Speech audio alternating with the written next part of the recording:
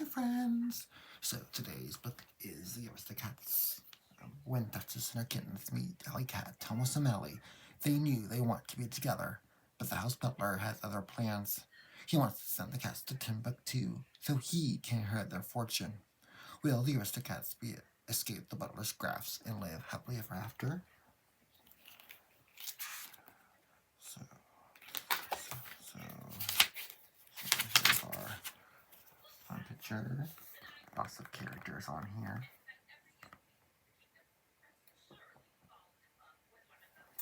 And here's our cover page, title page. Again, owned by Disney Press. And we have the copyright to this book and the pictures. So, long ago, a refined family of cats lived in Paris with a very rich woman named Madame Bonfamille. Duchess was a charming white cat. She had 3 kittens, Toulouse, Berlioz, and Marie.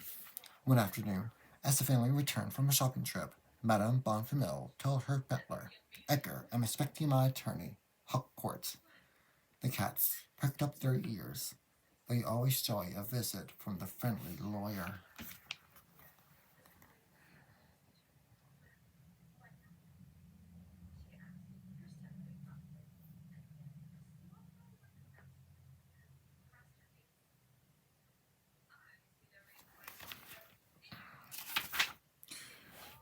While Madame Bonfamille waited for Huckcourt, had Duchess had the kittens practice their arts. All 3 were very talented.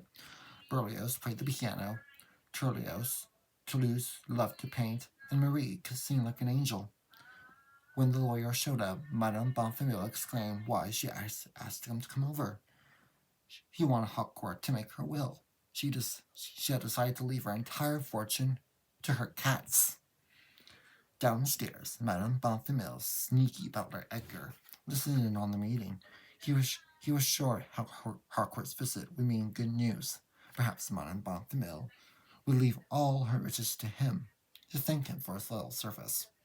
But when Edgar learned of Madame Bonfamille's plan, he grew upset. It's not fair, he wailed.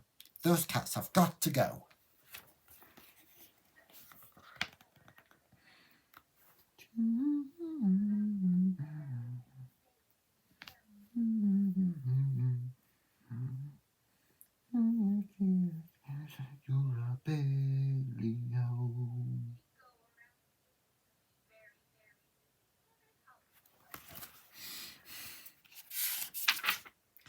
Edgar came up with a plan. He would make the cats disappear so he can inherit Madame Bonfamille's fortune. That evening, Edgar prepared delicious meals for the cat's supper. When no one was looking, he mixed in sleeping pills into the dish. Come taste this delicious Canada Edgar. Here, kitty, kitty, kitty, he called to the cats. Indeed, the meal was very delicious. The cats and their friend Rofer, the mouse, ate it all. Soon after, they all fell asleep.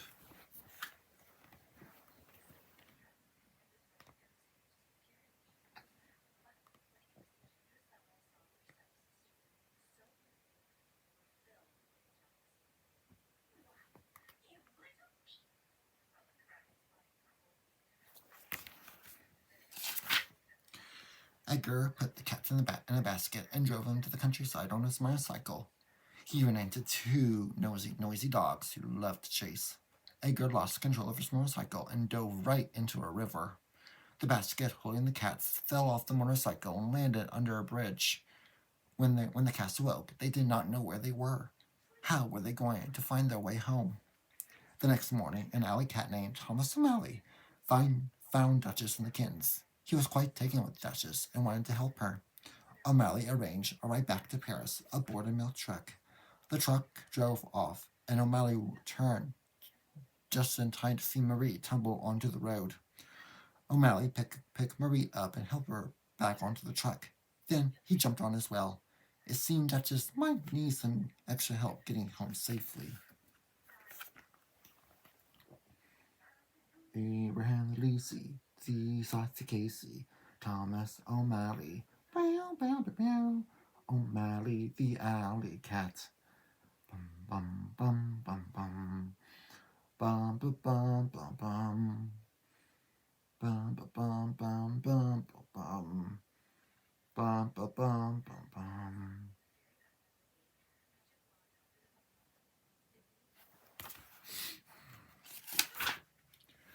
The truck had not gone far before the driver realized he had some extra cargo. He chased the cats away. Duchess and her kittens will have to find another way back to Paris. Soon, O'Malley found railroad tracks they could follow. As they crossed a high railroad bridge, the tracks began to rumble. O'Malley looked up. A train was thundering towards them. "Don't panic," said O'Malley. "Get down, underneath." O'Malley and the cats clung to the beams underneath the track, but as the train shook the bridge, Marie fell into the rushing river below. "Hold on, Marie," O'Malley called. He dived in to rescue her. Clickety, clickety, click. Chugga, chugga, chugga, chugga, chugga. Ooh. Clickety, clickety, click. Chugga, chugga, chugga, chugga, chugga, chugga. Ooh.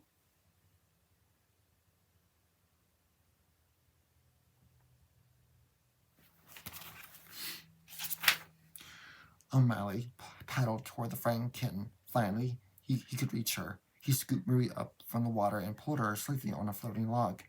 The two floated downriver. O'Malley spotted Duchess on a branch over the water. He quickly handed Marie to Duchess. Marie was safe, but O'Malley, he didn't have the time to jump onto the branch and he was swept downstream. Duchess was worried. If she can only have done something to help her new friend. Then she heard a couple of gizzy geese. They had spotted O'Malley in the water and rescued him. When they noticed, he didn't know how to swim. "Oh, thank you for helping, Mr. O'Malley," Duchess told them. She and the kittens were glad he was safe.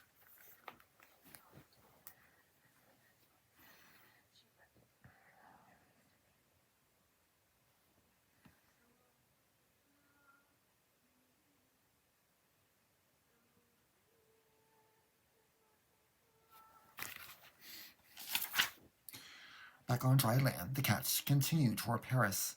By nightfall, they arrived in the city. The kittens were so tired that O'Malley invited them to rest at his place. They could have a quiet evening, then go to Madame Bonfamille's house in the morning. But when the group got to O'Malley's house, things weren't quite quiet. Music filled the apartment.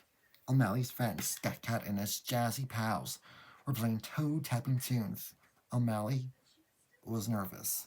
He was afraid Duchess and her family would not like the music. But when Duchess invited him to dance, O'Malley happily agreed.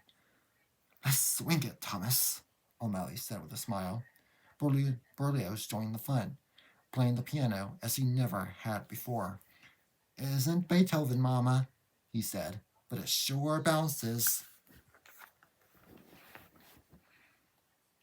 Everybody wants to be a cat because the cat's the only cat who knows where it's at. Bum bum bum bum bum bum bum bum bum bum bum bum bum bum bum bum bum.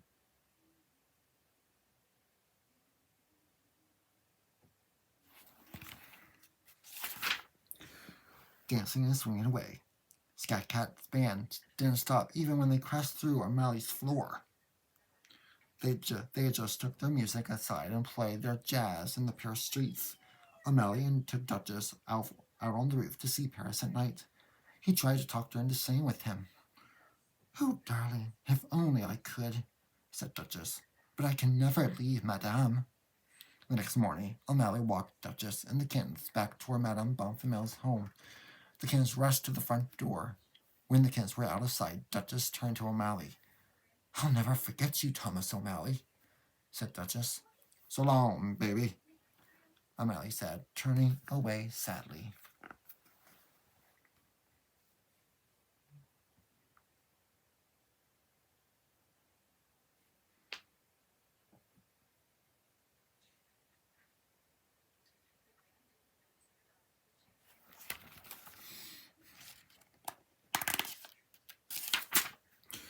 When Edgar saw the cats, he grabbed a sack and nabbed them up. I'll take care of you later, he said. He hid the cats in a cool oven and heard Madame calling. Madame Bonfamille had been very lonely without the cats, so when she heard them meowing, she was very excited. Oh, Edgar, they're back, she said. But when Edgar helped her call for them and they didn't come, she dismissed it as her imagination. This cat's friend Rofer saw what had happened and rushed to get help. Rofer ran the race of his life and caught up to O'Malley. As the mouse cut out, "How's the story?" O'Malley said, "Go get Scat Cat and his gang of alley cats. Tell them O'Malley sent you."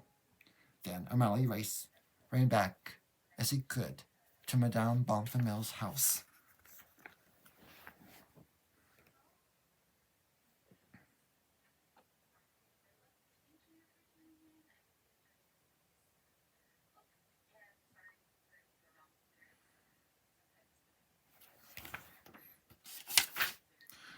O'Malley reached Madame Bonfamille's yard just in time to see Edgar carrying a sack to the barn. But this wasn't any old sack. It was meowing. Meow, meow, meow. O'Malley knew Duchess and the kittens were trapped in there. He had to find a way to get them out. Quickly, O'Malley ran into the barn. He would save the cats no matter what it took. O'Malley watched Edgar put the sack into a giant trunk. He was sending them far off to Timbuktu. With a howl, wow! O'Malley hurled himself at Edgar. The butler grabbed a pitchfork and chased O'Malley through the barn. He had just trapped the cat when Scat Cat and his friends burst into the barn. Their howls and hisses were music to O'Malley's ears. Wow! Wow! Wow!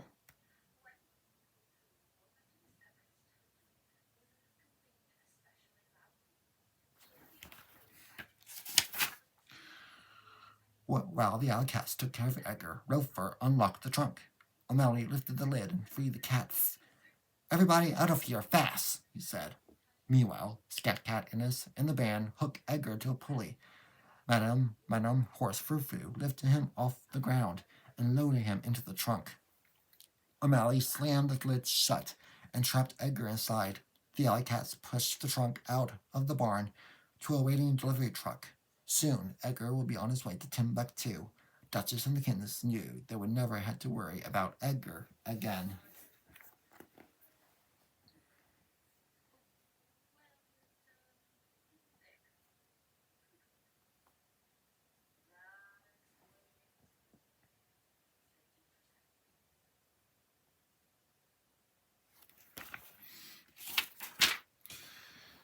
Madame Bonfamille was thrilled to see her dear cats. She was so much charmed by O'Malley that she adopted him too. As she took pictures of her happy feline family, Monsieur Huckcourt dropped in for another visit. The cats wonder what he needs to meet with Madame Bonfamille about. Madame Bonfamille told her lawyer that she was starting a home for all the stray cats of Paris. Duchess, Scat Cat, and his friends could not believe their ears. To celebrate the news, the Scally Cats played a toe-tapping tune, and all the cats danced to the beat. It was a perfect ending to the story of the Aristocats.